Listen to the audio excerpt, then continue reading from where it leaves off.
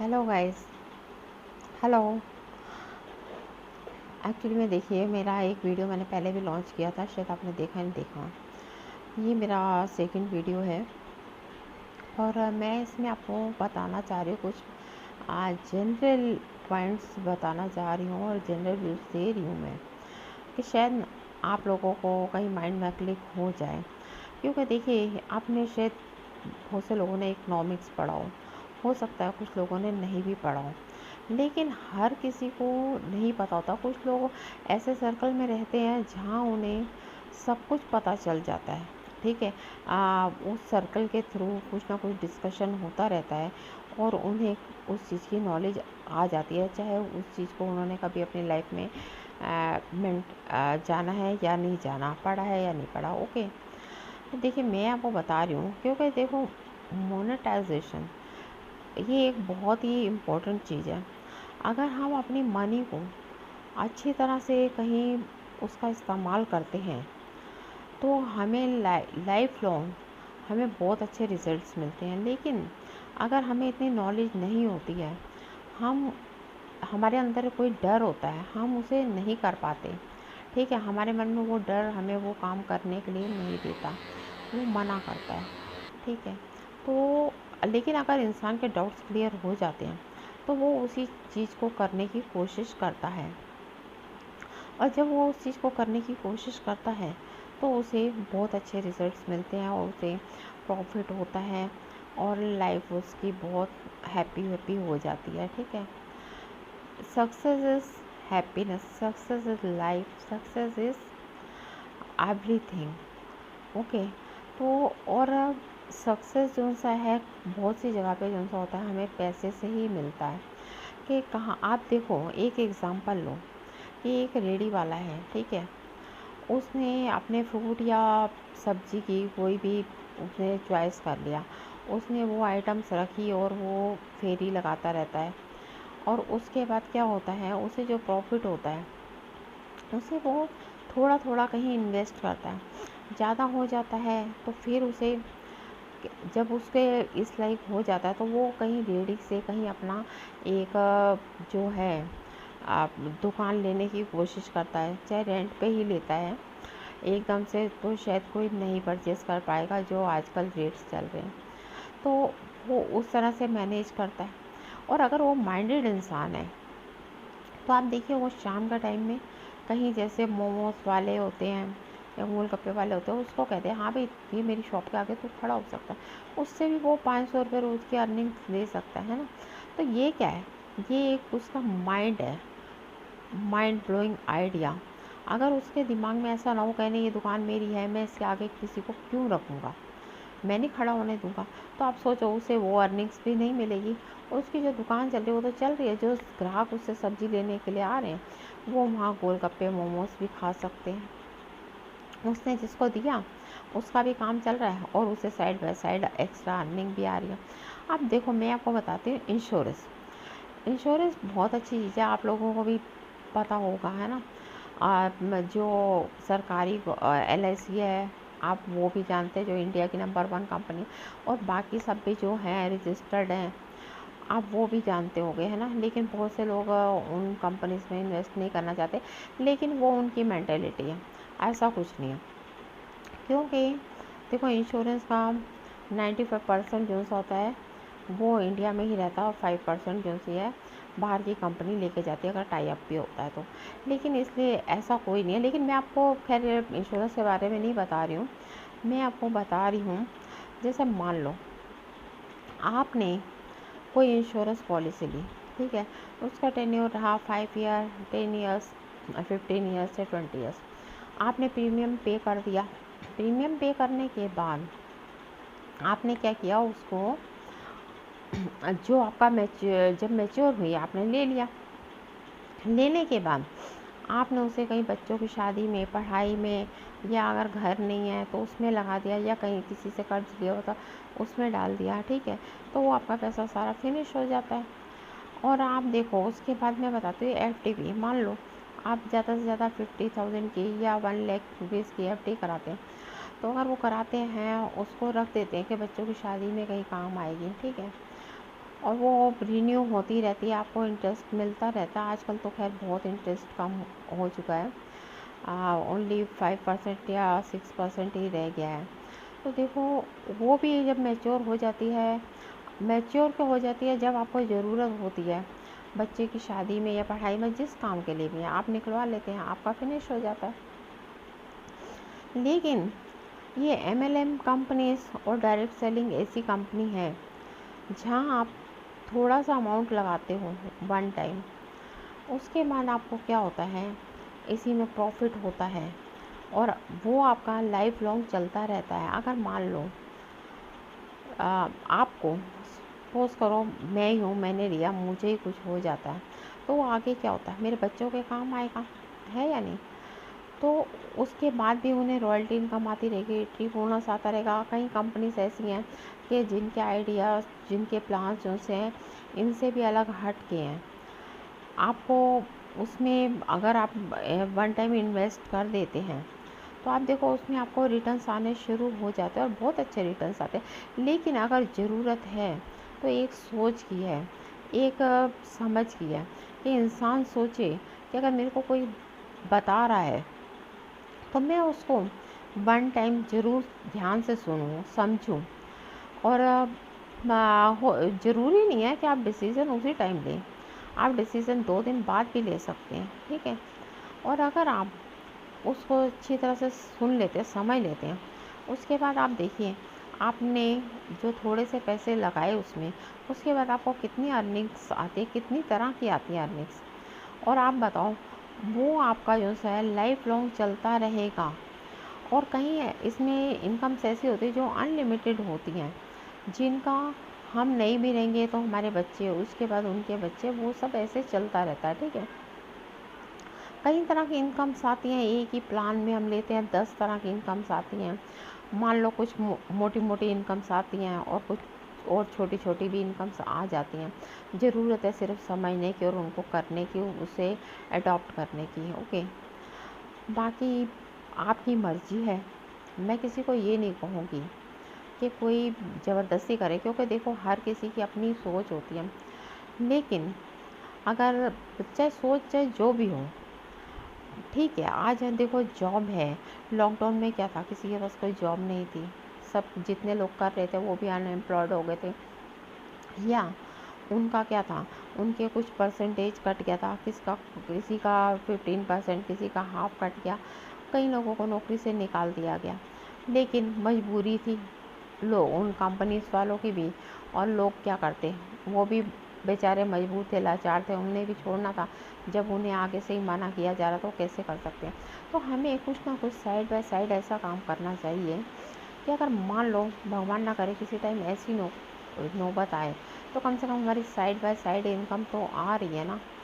अब देखो, government employ भी थे जो, उनको भी आपने देखा होगा कि उनके भी ऑफिसेस बंद हो गए थे। अगर मेन खुला था तो क्या था, grocery shop, chemist shop, hospital या इस तरह की, और बैंकिंग वगैरह भी, ये भी ज़्यादातर बंद ही था। कुछ कुछ बैंक्स खुले हुए थे, लेकिन सब एम्प्लॉय नहीं आ रहे थे, है ना?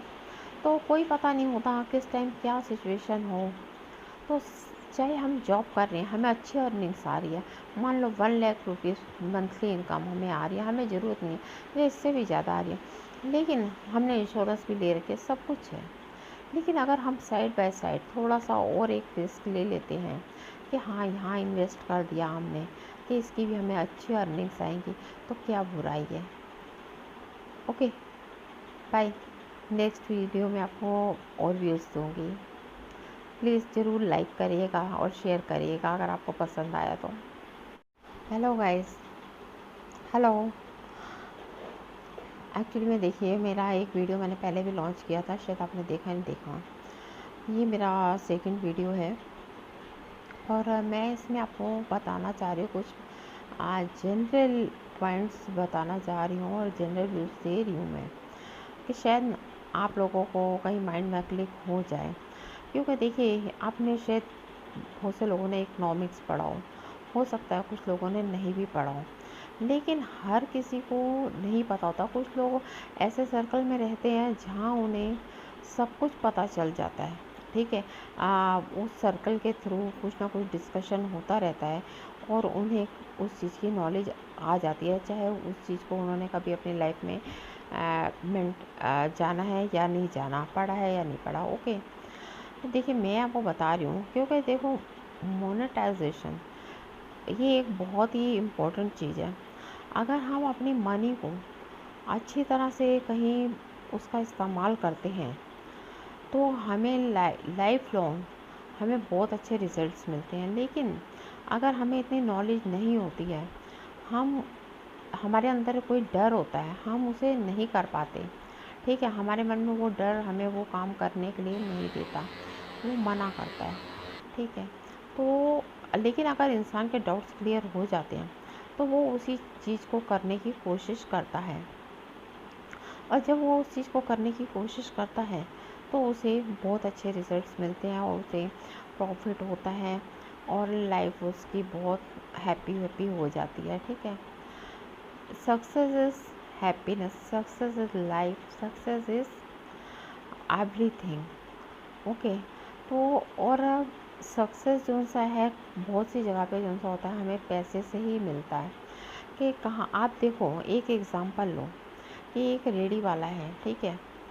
उसने अपने फ्रूट या सब्जी की कोई भी उसने चॉइस कर लिया, उसने वो आइटम्स रखी और वो फेरी लगाता रहता है, और उसके बाद क्या होता है, उसे जो प्रॉफिट होता है उसे वो थोड़ा थोड़ा कहीं इन्वेस्ट करता है, ज़्यादा हो जाता है तो फिर उसे जब उसके इस लाइक हो जाता है तो वो कहीं रेडी से कहीं अपना एक जो है दुकान लेने की कोशिश करता है, चाहे रेंट पे ही लेता है। एकदम से तो शायद कोई नहीं परचेज़ कर पाएगा जो आजकल रेट्स चल रहे हैं, तो वो उस तरह से मैनेज करता है। और अगर वो माइंडेड इंसान है तो आप देखिए वो शाम का टाइम में कहीं जैसे मोमोज वाले होते हैं या गोलगप्पे वाले होते हैं, उसको कहते हैं हाँ भाई ये मेरी शॉप के आगे तो खड़ा हो सकता है, उससे भी वो 500 रुपये रोज़ की अर्निंग ले सकता है ना। तो ये क्या है, ये एक उसका माइंड है, माइंड ब्लोइंग आइडिया। अगर उसके दिमाग में ऐसा ना हो, कहने ये दुकान मेरी है, मैं इसके आगे किसी को क्यों रखूँगा, मैं नहीं खड़ा होने दूंगा, तो आप सोचो उसे वो अर्निंग्स भी नहीं मिलेगी। उसकी जो दुकान चल रही है वो तो चल रही है, जो ग्राहक उससे सब्जी लेने के लिए आ रहे हैं वो वहाँ गोलगप्पे मोमोज भी खा सकते हैं। उसने जिसको दिया उसका भी काम चल रहा है और उसे side by side extra earning भी आ रही है। अब देखो मैं आपको बताती हूँ, इंश्योरेंस, इंश्योरेंस बहुत अच्छी चीज़ है, आप लोगों को भी पता होगा, है ना। जो सरकारी LIC है, आप वो भी जानते हैं, जो इंडिया की नंबर 1 कंपनी, और बाकी सब भी जो हैं रजिस्टर्ड हैं, आप वो भी जानते होंगे, है ना। लेकिन बहुत से लोग उन कंपनीज में इन्वेस्ट नहीं करना चाहते, लेकिन वो उनकी मेंटेलिटी है, ऐसा कुछ नहीं है। क्योंकि देखो इंश्योरेंस का 95% जो सा होता है वो इंडिया में ही रहता है, और 5% जो सी है बाहर की कंपनी लेके जाती है अगर टाई अप भी होता है तो। लेकिन इसलिए ऐसा कोई नहीं है। लेकिन मैं आपको खैर इंश्योरेंस के बारे में नहीं बता रही हूँ, मैं आपको बता रही हूँ जैसे मान लो आपने कोई इंश्योरेंस पॉलिसी ली, ठीक है। उसका टेन्योर रहा 5 ईयर, 10 ईयर्स, 15 ईयर्स या 20 ईयर्स। आपने प्रीमियम पे कर दिया, प्रीमियम पे करने के बाद आपने क्या किया, उसको जो आपका जब मैच्योर हुई आपने ले लिया।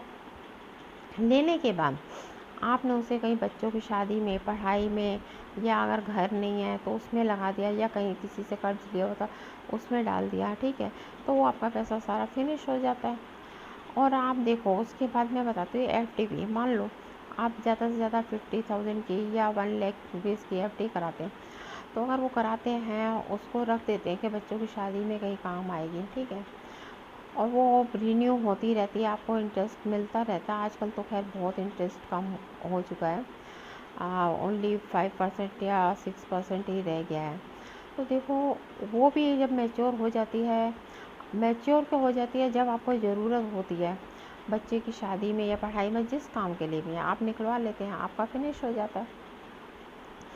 लेकिन ये MLM कंपनीज और डायरेक्ट सेलिंग ऐसी कंपनी है जहाँ आप थोड़ा सा अमाउंट लगाते हो 1 टाइम, उसके बाद आपको क्या होता है, इसी में प्रॉफिट होता है और वो आपका लाइफ लॉन्ग चलता रहता है। अगर मान लो आपको सपोज़ करो मैं ही हूँ, मैंने लिया, मुझे ही कुछ हो जाता है, तो वो आगे क्या होता है, मेरे बच्चों के काम आएगा, है या नहीं?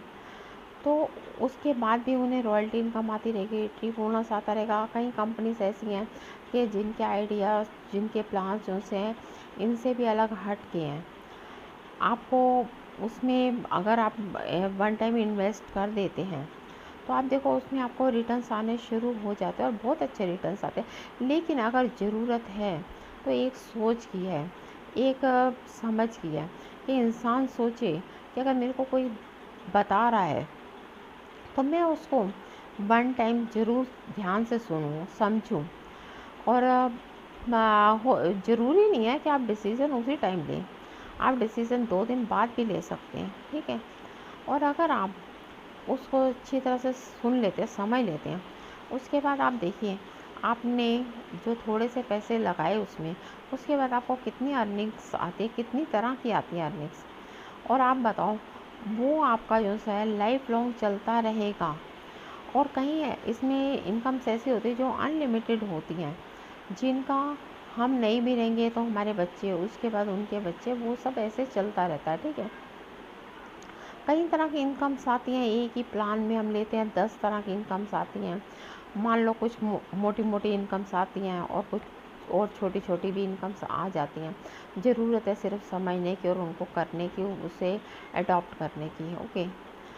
बाकी आपकी मर्ज़ी है, मैं किसी को ये नहीं कहूँगी कि कोई ज़बरदस्ती करे, क्योंकि देखो हर किसी की अपनी सोच होती है। लेकिन अगर चाहे सोच चाहे जो भी हो, ठीक है, आज है देखो जॉब है। लॉकडाउन में क्या था, किसी के पास कोई जॉब नहीं थी, सब जितने लोग कर रहे थे वो भी अनएम्प्लॉयड हो गए थे, या उनका क्या था, उनके कुछ परसेंटेज कट गया था, किसी का 15%, किसी का हाफ कट गया, कई लोगों को नौकरी से निकाल दिया गया। लेकिन मजबूरी थी लोग, उन कंपनीज वालों की भी, और लोग क्या करते, वो भी बेचारे मजबूर थे, लाचार थे, उन्हें भी छोड़ना था। जब उन्हें आगे से ही मना किया जा रहा तो कैसे कर सकते हैं? तो हमें कुछ ना कुछ साइड बाय साइड ऐसा काम करना चाहिए कि अगर मान लो भगवान ना करे किसी टाइम ऐसी नौबत आए, तो कम से कम हमारी साइड बाय साइड इनकम तो आ रही है ना।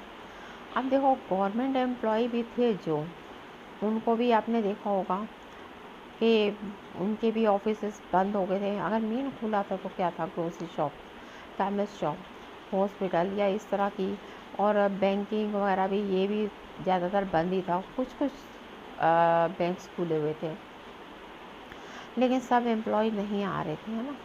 तो कोई पता नहीं होता किस टाइम क्या सिचुएशन हो। तो चाहे हम जॉब कर रहे हैं, हमें अच्छी अर्निंग्स आ रही है, मान लो 1 लाख रुपीज़ मंथली इनकम हमें आ रही है, हमें ज़रूरत नहीं है या इससे भी ज़्यादा आ रही है, लेकिन हमने इंश्योरेंस भी ले रखे, सब कुछ है।